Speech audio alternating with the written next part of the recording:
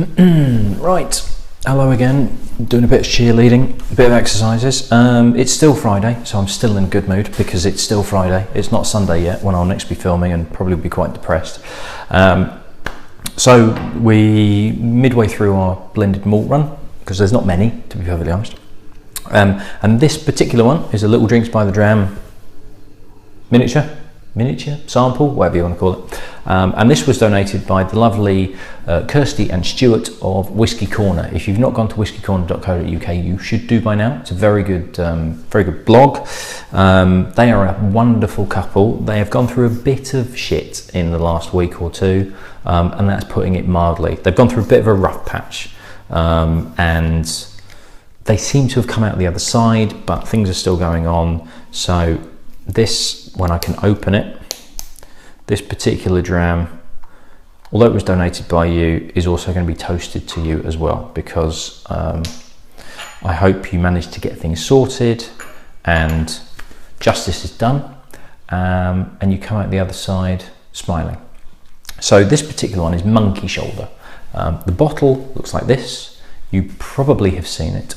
It did hit supermarkets. Now, I think actually it came out just after I left the whiskey shop, because I don't remember us stocking it, and I'm sure we would have done, although maybe people were asking for it. It was about, Christ, how long ago was it while I was working in the whiskey shop?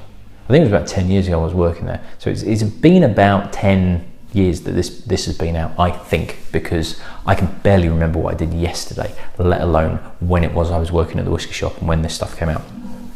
But it was one of those where it was a brand that came out big, and it was in supermarkets, and they were advertising, not really TV, but it was kind of in the whiskey industry. Everybody knew what Monkey Shoulder was because it was from William Grant & Sons. So it had a big backing, it was a big company. It wasn't Diageo, but it wasn't far off.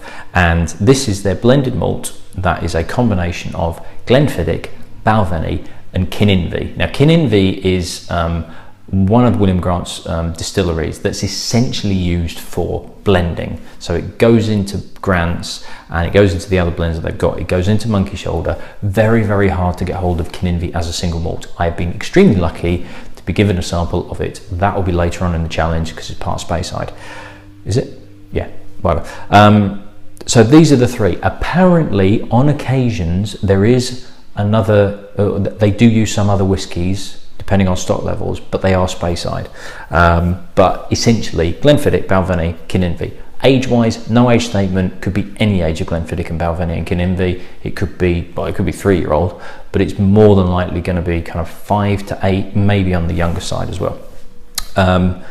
Monkey Shoulder itself, the reason it's called Monkey Shoulder is, if you're not aware of production of whiskey, when you're malting barley, so you steep it in water until it starts to germinate, and then you have to dry it out quite quickly because you want to start the germination when it starts to sprout, but you need to stop that level because that gets the high amounts of starch in the barley grains that you can then start to ferment to create the alcohol and create your mash.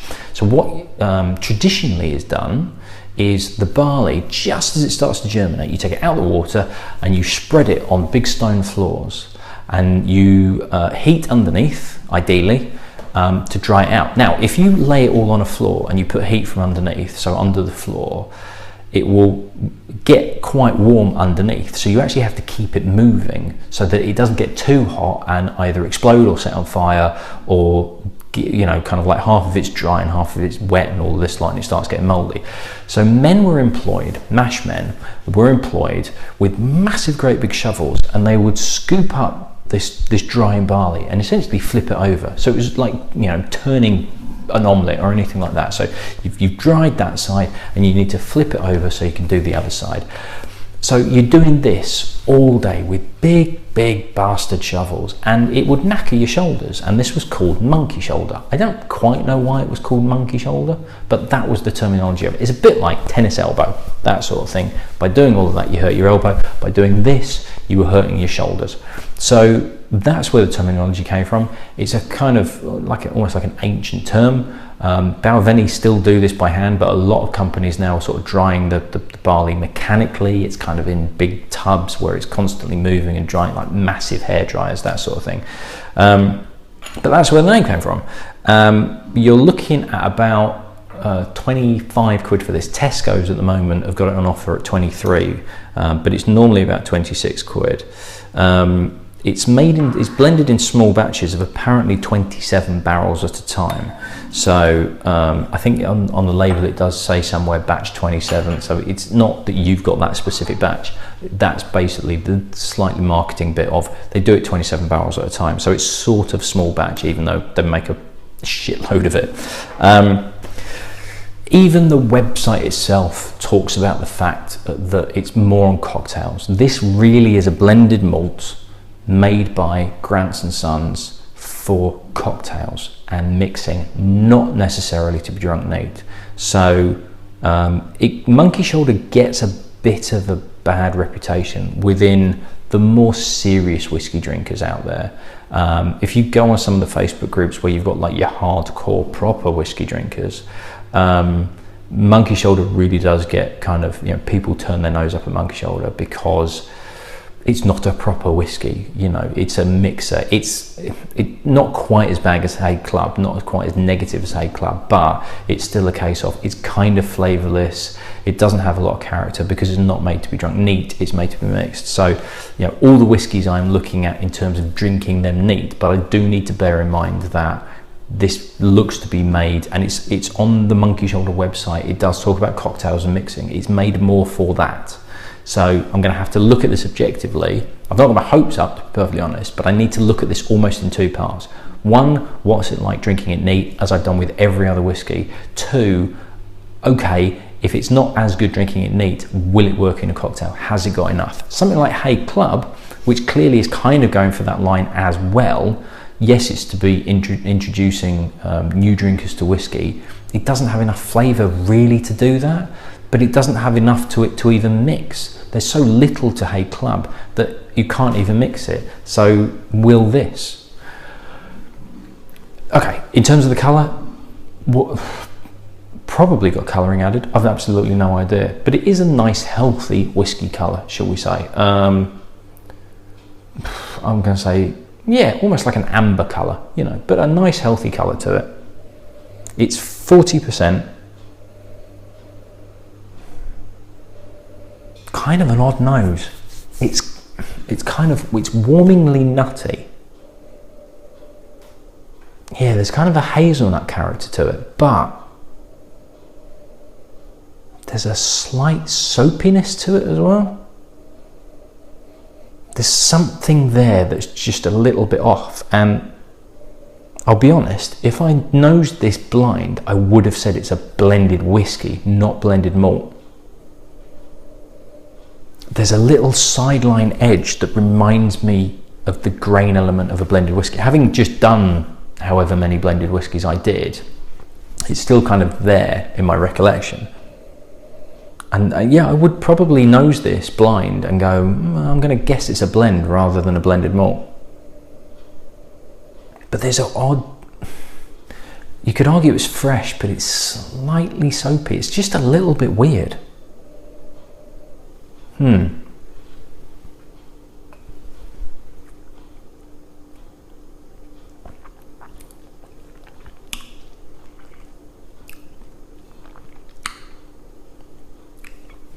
Okay, not so much of the hazelnut that was on the nose, but there's a slight orange. It's not quite orange marmalade. No, there's not quite the bitterness of an orange marmalade. It's more like an orange jelly. I'll tell you what it reminds me of actually. When you get orange marmalade that doesn't have any shred in it at all. So shredless orange marmalade isn't quite as bitter as orange marmalade that's got your shred, what's the bloody word for it? The bits of peel that you get in it. When you get thin cut and thick cut and all this, I don't like thin cut and thick cut marmalade. I actually prefer shredless marmalade. That'd be my washing machine. And it's slightly sweeter. It doesn't quite have the bitterness, and this is quite close to shredless orange marmalade. There's quite a nice fudgy character to it as well. There's not a huge amount of depth. There's bugger all on the finish, I'll be honest. There's not a huge amount of depth there, but what there is it's all right, actually.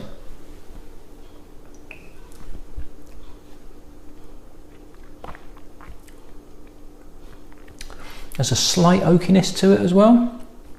And there's almost a very, very, very subtle smokiness, which is odd considering it's 3 Speyside whiskies.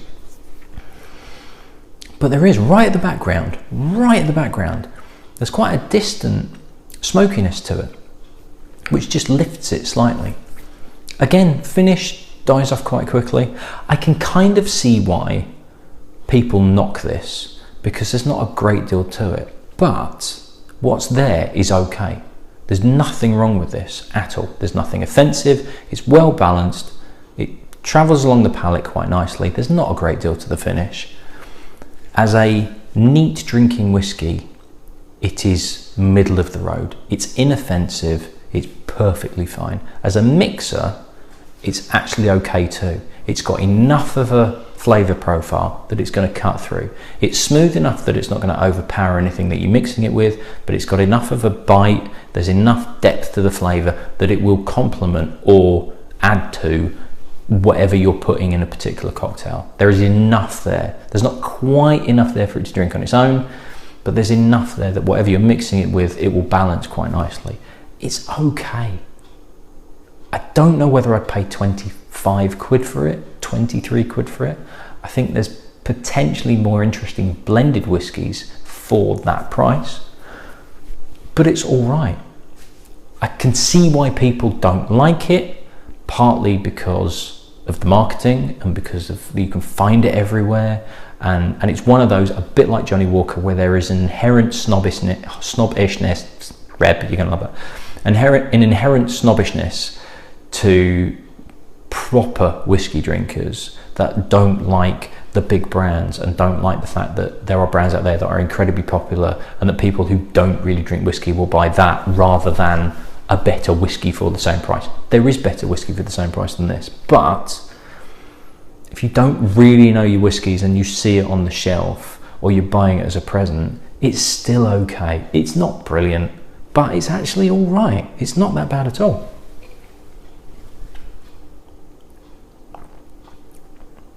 To be honest, if I got given a bottle of that, I wouldn't buy a bottle, but if I got given a bottle of it, I'd be happy with it. I wouldn't have any issues. I wouldn't turn my nose up at it. I wouldn't turn it down in a pub, or if somebody gave me a shot of it or anything like that. It's perfectly drinkable. It's perfectly serviceable. It does exactly what I think they've set out for it to do. Okay for any whiskey drinker, whether you're a serious whiskey drinker or a complete novice. There is enough flavour in there that it's going to be used for cocktails and mixing. It's a little bit sweet, but I think that actually will work with mixers. It's fine. It's very, very hard for me to get excited about it, but I can't really be negative about it either.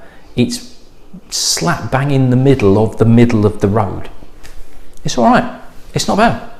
And considering it's a blended malt and it's Balvenie and Glenfiddich and Kinninvie, 25 quid's not that bad a price. I think there's better whiskies for that price, but all in all, they could have gotten away with charging a bit more for that. No names mentioned Haig Club.